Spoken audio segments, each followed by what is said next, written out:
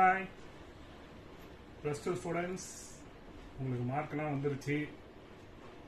அடுத்து college join பண்ணுறது தான் ரொம்ப ஒரு மோசமான ஒரு நேரம். காலேஜில் அட்மிஷன் கிடைக்குமா கிடைக்காதா, நம்ம விரும்பின காலேஜ் போகுமா? உங்களுக்கு மட்டும் இல்லை, எல்லாருக்குமே அந்த போராட்டம் இருக்க தான் செய்யும். அது என்ன பண்ண முடியும், கடந்து போய் தானே ஆகும். ஆனால் எப்படியும் ஒரு இடத்துக்கு போயிட்டு தான் போறீங்க. நீங்க போயிட்ட அப்புறமா உங்க லைஃப் ஸ்டைலே மாற போகுது. நீங்க பிளஸ் ஒன் பிளஸ் டூ படிக்கும்போது நல்லாவே படிச்சிருக்க மாட்டீங்க. அப்பெல்லாம் உங்க அம்மா அப்பாலாம் உங்களை போட்டு திட்டி என்னென்னவோ இருந்திருக்கும். ஏன் நான் கூட உங்களெல்லாம் திட்டி தான் இருப்போம். ஆனா நீங்க காலேஜ் போயிட்ட அப்புறம் யாரெல்லாம் திட்டினாங்களோ அவங்க வாயாலேயே என் பையன் சூப்பரு, என் பையன் மேக்ஸ்ல என்னைக்குமே ரொம்ப நல்லா போடுவான், சும்மா என் பையன் பேசுற இங்கிலீஷ் அப்படி இப்படின்னு புகழ ஆரம்பிச்சிருவாங்க. லெவலே வேற மாதிரி போயிடும். அப்ப பேசின அவங்களா இப்படி பேசுறாங்க அப்படின்ற லெவலுக்கு நீங்க போயிடுவீங்க.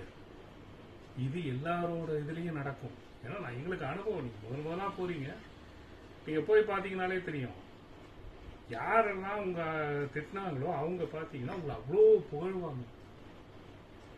எப்படி பார்த்தாலும் இப்போ ஆர்ட்ஸ் காலேஜாக இருந்தால் ஜூலை மாதம் அட்மிஷன் வந்துடும், இன்ஜினியரிங்காக இருந்தால் ஆகஸ்ட் அட்மிஷன் வந்துடும், மெடிசினாக இருந்துச்சுன்னா செப்டம்பரில் அட்மிஷன் வந்துடும். எப்படியும் டீச்சர்ஸ் டே ஃபங்க்ஷன் சூப்பராக செலிப்ரேட் பண்ணலாம் நீங்கள். ஓகே, ஸோ அதனால் இந்த நாட்களை கொஞ்சம் பொறுமையாக போங்களேன். எப்படியும் உங்களுக்கு பிடிச்ச காலேஜ் கிடைக்கும். அப்படியே கிடைக்கலனாலும் கிடைக்கிற காலேஜ் பிடிச்சிரும். எந்த காலேஜாக இருந்தாலும் நீங்கள் உள்ளே போகும்போது தான் ஒரு மாதிரி இருக்குமே ஒழிய, அது உங்களுக்கு பிடிச்ச காலேஜாக இருந்தால் கூட உள்ளே போயிட்டு பசங்க கூட பழக கொஞ்சம் கஷ்டமாக தான் இருக்கும். ஆனால் அதுக்கப்புறம் ஒரு 2 மாதம் பொறுத்து நீங்கள் பார்த்தீங்கன்னா உங்களோட இதுவே வேற மாதிரி இருக்கும். பழைய ஆட்களெல்லாம் நீங்கள் மறந்துடுவீங்க. பொறுத்திருந்து பாருங்களேன். ஓகே.